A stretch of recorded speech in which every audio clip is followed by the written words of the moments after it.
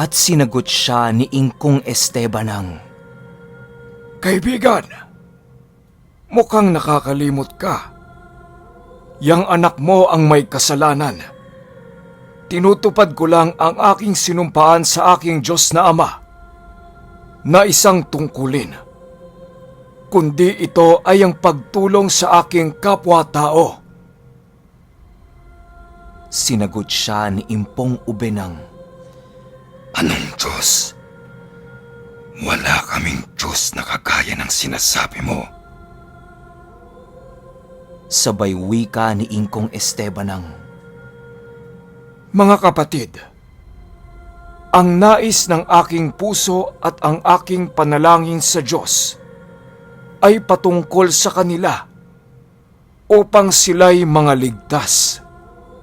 Sapagkat sila'y pinatotohanan ko na may mga pagmamalasakit sa Diyos, datapwat hindi ayon sa pagkakilala. Sapagkat sa hindi nila pagkaalam ng katwiran ng Diyos at sa pagsusumakit na maitayo ang kanilang sarili, ay hindi sila napasakop sa katwiran ng Diyos. Sapagkat si Kristo ang kinauuwian ng kautusan sa ikatutuwid ng bawat sumasampalataya. marami pang sinasabing dasal itong si Ingkong Esteban. Pero, nagsalita itong si Impong Ubenang, Tigilan mo yan. Hindi ko kailangan niyang mga sinasabi mo. Dugo sa dugo. Ngipin sa ngipin ang nais ko. Nais mo ba kong tawaging kapatid? Gayon ikaw ang pumaslang sa aking anak. sabay wika ni Ingkong Estebanang, Kaibigan, kagaya mo, pinoprotektahan mo ang iyong nasasakupan. Gayon din ako. sagot sa kanya ni Impong Uben, Noong una pa lang, binigyan ko na ng pabalayang asawa niya. At alam niya kung ano ang aking sinasabi. ang sabi sa kanya ni Ingkong Esteban, Ang bawat mabuting kaloob at ang bawat sakdal ay pawang buhat na itaas na bumababa mula sa Ama ng mga ilaw na walang pagbabago ni kahit anino man ng pag-iiba. Bigla na namang nagsermon itong si Ingkong Esteban. Ang sabi niya, sa kanyang sariling kalooban ay kanya tayong ipinanganak sa pamamagitan ng salita ng katotohanan upang tayo'y maging isang uri ng mga pangunahing bunga na kanyang mga nilalang. Nalalaman ninyo ito, mga minamahal kong kapatid. Ngunit mas maliksi ang bawat tao sa pakikinig. Mas makupad na pananalita, mas makupad sa pagkagalit. Sapagkat ang galit ng tao ay hindi gumagawa ng katuwiran ng Diyos. Kaya't inihiwalay ninyo ang lahat ng karumihan at ang pag-apaw ng kasamaan at tanggapin ninyo na may kaamuan ang salitang itinanim na makapagliligtas ng inyong mga kaluluwa. Datapwat, maging tagatupad kayo ng salita at huwag tagapakinig lamang na inyong dinadaya ang inyong sarili. Kung ang sino man ay tagapakinig ng salita at hindi tagatupad, ay katulad siya ng isang tao na tinitingnan ang kanyang talagang muka sa salamin, sapagkat minamasdan niya ang kanyang sarili at siya'y umaalis at nalilimutan niya kung sino siya. Ngunit ang siyasat ng sakdal na kautusan, ang kautusan ng kalayaan at nanatiling gayon na hindi tagapakinig na lumilimot, kundi tagatupad na gumagawa, ay pagpapalain ang taong ito sa kanyang ginagawa. Kung sino man ay nag-iisip na siya'y relihiyoso, samantalang hindi pinipigil ang kanyang dila, kundi dinadaya ang kanyang puso, ang relihiyon ng taong ito ay walang kabuluhan. Bato-bato sa langit ang tamaan, pinuno. Tayo naman nagkokwento lang. Sinisingit lang natin yung mga aral na sinabi ni Ingkong Esteban. Maya-maya pa, nagwika ito ng, Huwag mong hayagan at ipagpilitan niyang sinasabi mong relihiyon. At sa akala mo ba'y isa kang tuwid? Kung may makikinig ay mabuti. Kung wala naman, mabuti pa rin yun. sabay wika ni Impong Ubenang. Tigilan mo na yung paghahayag mo, sapagkat mas nagagalit ang aking panga upang pangasin ang mga parte ng katawan mo. Walang sali-salita. Inangat niya ang kanang baston na animoy yari sa sunog na kahoy na itsurang ugat. Sabay kumpas nito sa direksyon ni Ingkong Esteban. Pagdakay ay napaluhod itong si Ingkong Esteban. Sabay usal nito ng 7 salot na pinadala sa mga masasamang espiritu. Pagbato niya kay Impong Uben, sabay lagapak nito sa lupa at sumugod ang 3 matatandang aswang. Sabay kagat sa mga braso ni Ingkong Esteban. Ngunit ang 2 ay nagkikisay. Nibaon ng mga ngipin at pangil nung 2 aswang ay wala kang makikita sa mga braso ni Ingkong Esteban. At sabay pagtapik nito sa 2 matandang aswang, biglang sumulpot ang 2 naglalakihang animoy. Isang tuod na malaking puno. Pagdakay ay niyapos ang 2 matandang aswang. Sabay laho nito. Dahil dyan, napabalik ang isa at ito'y gulat na gulat sa mga nilalang nang biglang sumulpot. Napangiti itong si Impong Uben at nagwika ng, Manggagamot, napakahusay mo.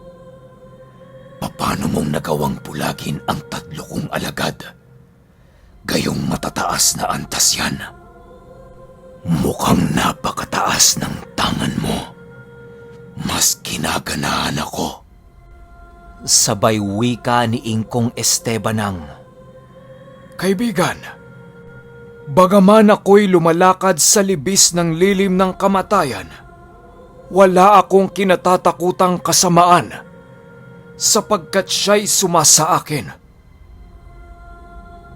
Ngunit di lingid sa kaalaman nito ni Ingkong Esteban na itong si Impong Uben ay hari ng Imlan.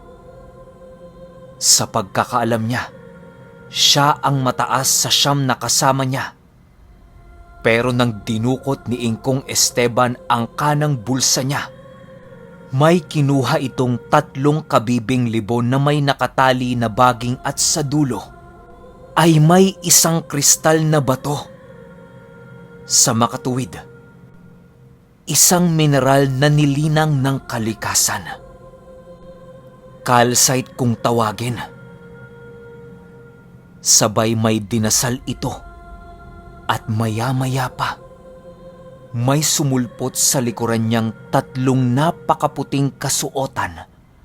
Matutulis ang mga tenga, bilugan ang mata na kulay asul, may hasang sa gilid ng leeg, naglalakihan ito at may gintong korona sa mga ulo nito at may mga kapang puti na may disenyong mga ginto sa laylayan ng kapa nila. At biglang nagwika ito ng, Kaibigan, yang kaharap mo ngayon ay hindi lang pinuno ng mga aswang, kundi isa siyang hari ng Imlan. Nagulat si Ingkong Esteban.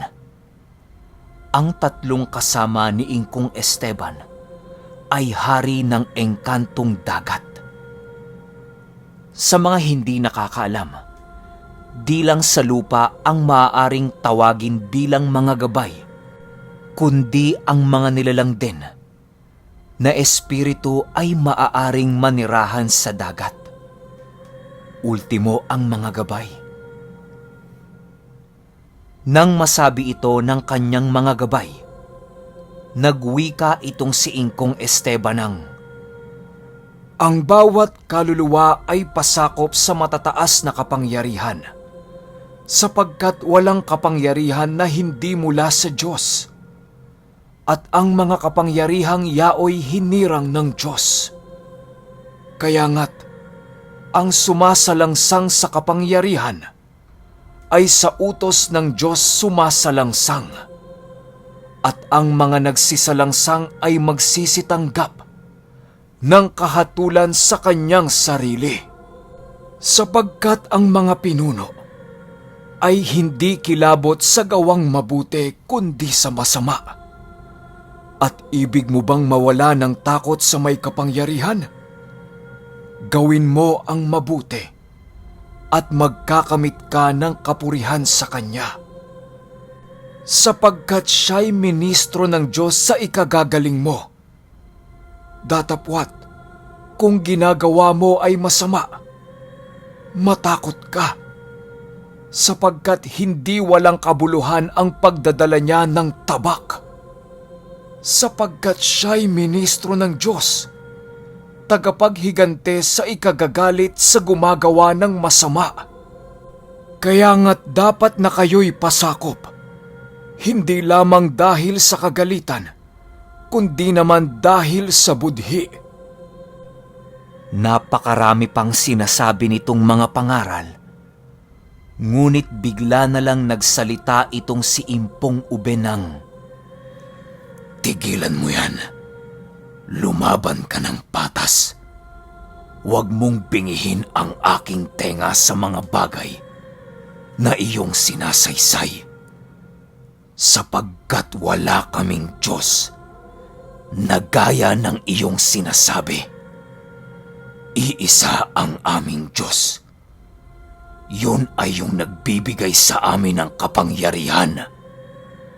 Sa makatuwid, siya si Betzubel, isa sa mga prinsipe ng demonyo.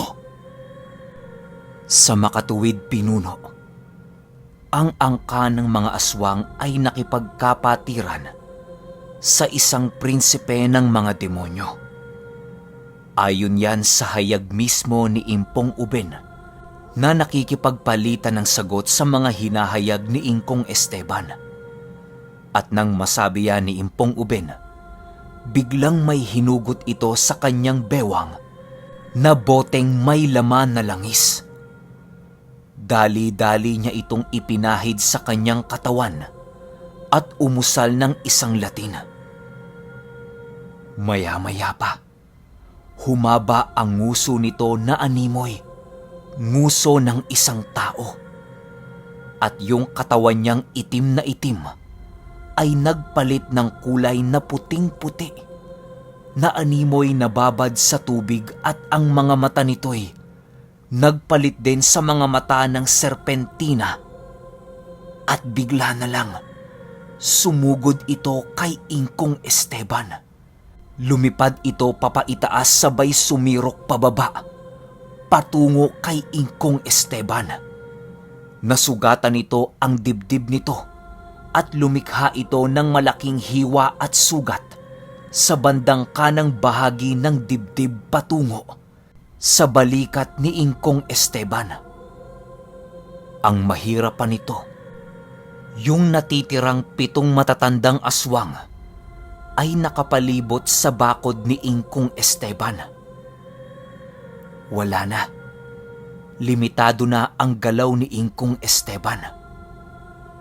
Muling nanalangin si Ingkong Esteban at lumuhod sa lupa. Maawa ka sa akin, O Diyos.